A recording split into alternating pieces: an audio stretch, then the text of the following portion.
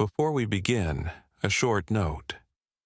We have done our very best to gather accurate information from open source reporting, court documents, and Hungarian and international media. If you find anything in this episode you disagree with, or if you have additional details, please contact us. We genuinely want to get these stories right. This case has no political or geopolitical agenda. It is shared for purely informative and educational purposes. On a winter afternoon in Budapest, in the final years of the 20th century, a man in a cheap wig and a false mustache walked calmly into a bank. Minutes earlier, he had been sitting at a bar across the street, slowly sipping a glass of Johnnie Walker. When the whiskey was gone, he paid his tab, stood up, and crossed the road. Inside the bank, he drew a pistol, ordered the tellers to the floor, and, according to witnesses, placed a single flower on the counter in front of a young cashier before walking out with a bag full of cash.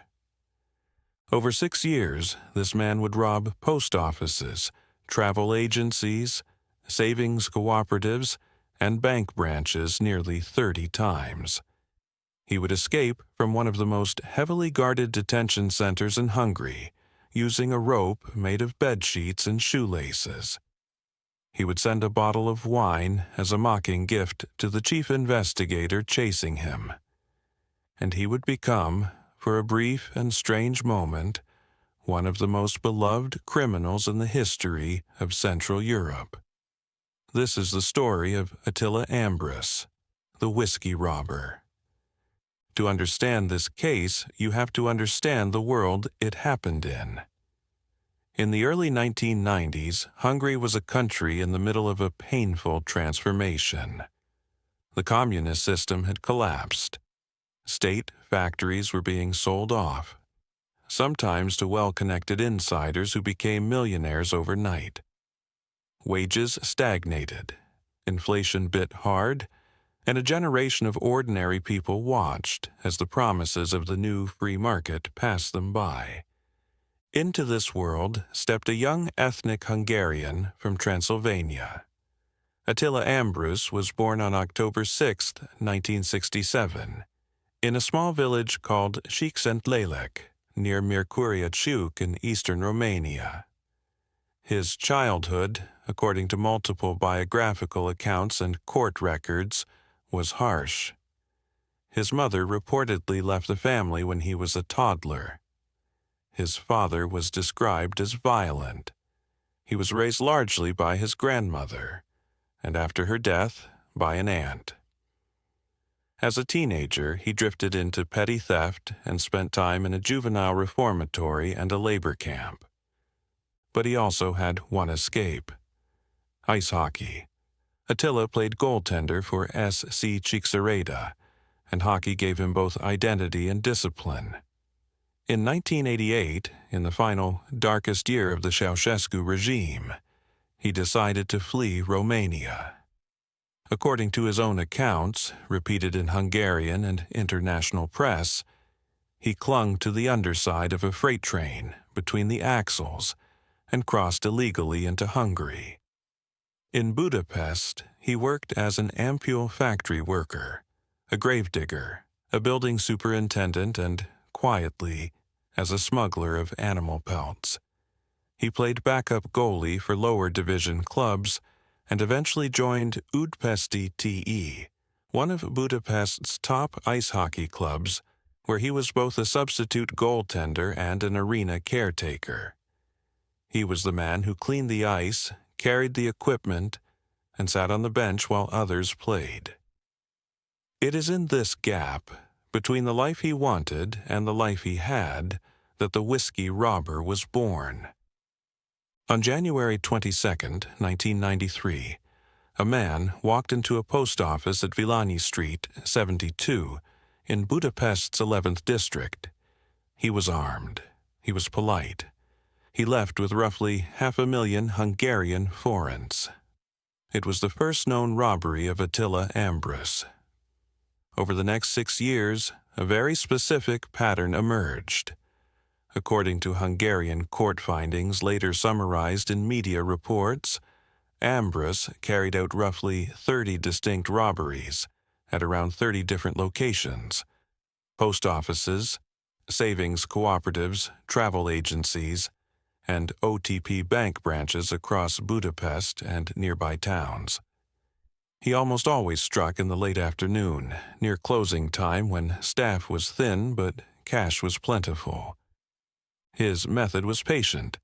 He would study a location for days, the staff routines, the exits, the traffic outside. He arrived by taxi carrying a bag, wearing disguises that ranged from clever to almost comical. Cheap wigs, fake moustaches, hats, sunglasses, and ill-fitting shoes designed to alter his height and gait. He carried a handgun.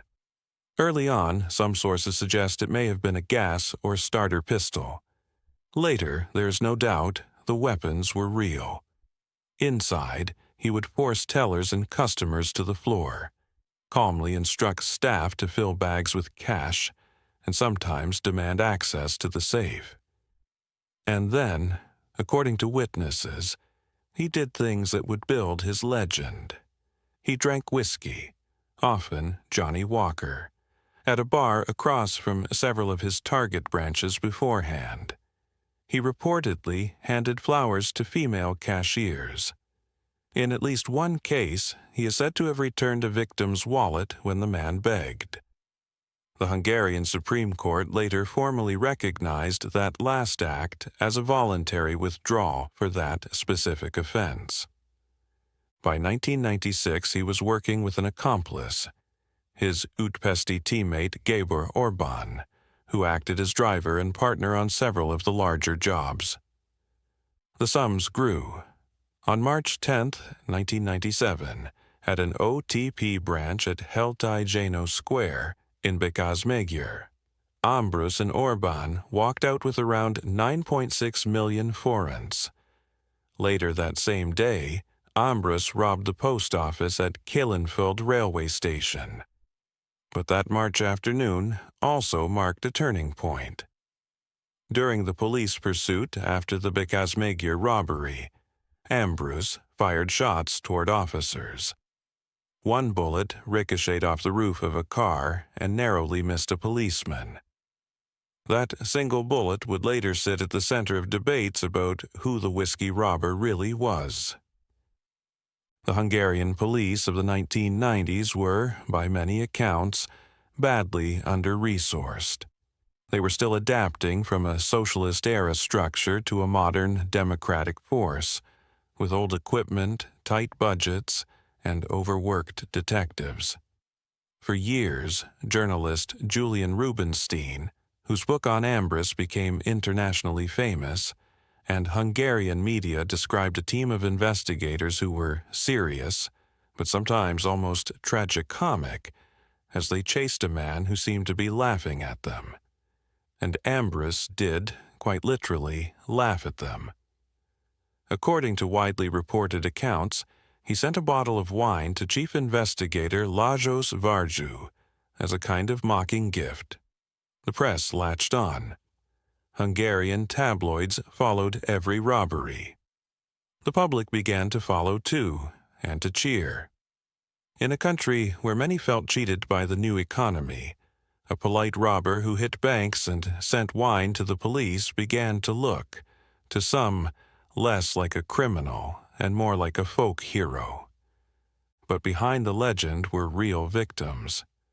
Hungarian outlets usually identified them only by initials to protect their privacy, but their testimony was clear.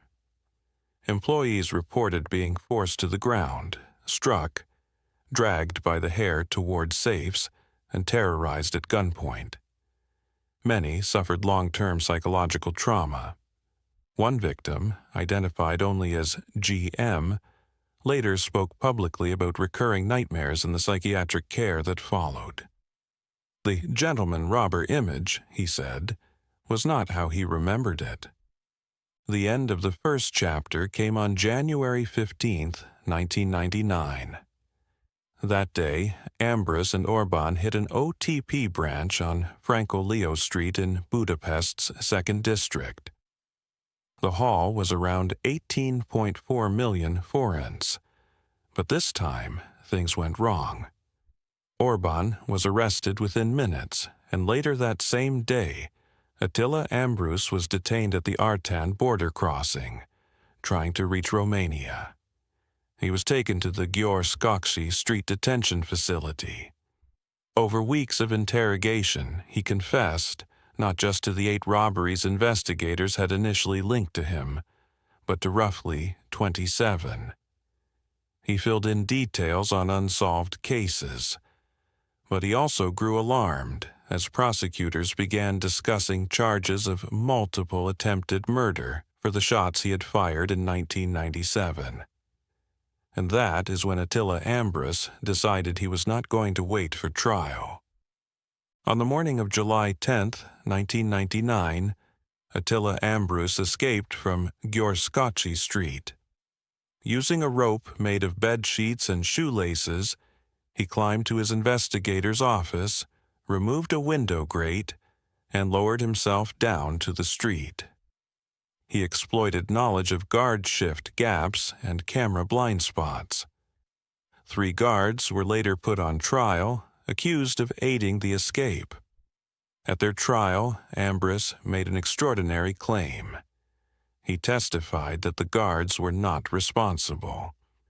Instead, according to him, a high-ranking official from the Hungarian Interior Ministry had supplied him with detailed plans, schedules, and information that made the escape possible. That official, he said, remained unnamed. To this day, no such official has ever been publicly identified or charged. The claim remains unproven, but it hangs over the case like a shadow. Was the whiskey robber protected, even briefly, by someone on the inside?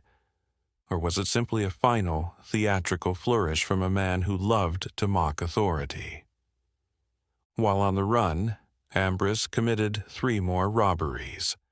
The last, on October 18, 1999, at an OTP branch on Üllői Street in Budapest's 18th District, was the most violent.